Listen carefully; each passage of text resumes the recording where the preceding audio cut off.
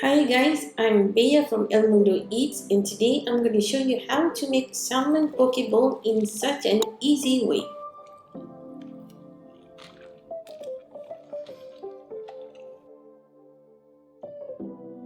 Okay, let's get started. First, we're going to marinate our salmon. Here I have 1 inch of ginger. We're just going to finely grate it. 1 tablespoon of less sodium soy sauce. 1 tablespoon of toasted sesame oil. For the heat, I'm using half teaspoon of chili flakes. And finally, 1/4 cup of chopped green onion. This is the base flavor for our salmon, and I'm telling you, it's gonna be delicious. Now let's talk salmon. I'm making it easier by using cubed smoked salmon. It's easy to find and there's no need to freeze it first for safety reasons.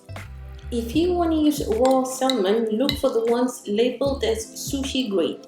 Okay, now let's prepare our mayo sauce. 1/3 cup of light mayonnaise. 1 tablespoon of maple syrup or honey. For the heat, 1 tablespoon of sriracha.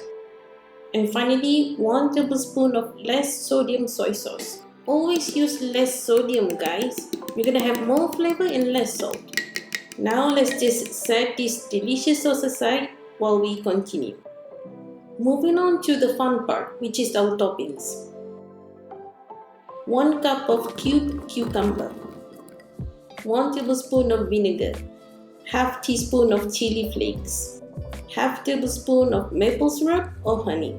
And salt to taste. Let's just set the cucumber aside while we continue. Have you heard of wakame?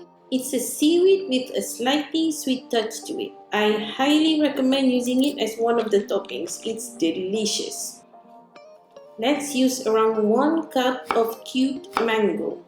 Here I have some jasmine rice that I cooked with some salt. No need to use sushi rice and condiment it as such. Red cabbage, edamame, carrot, our cucumber, mango, wakame, avocado, lots of fried onion, and the star of this meal, our salmon.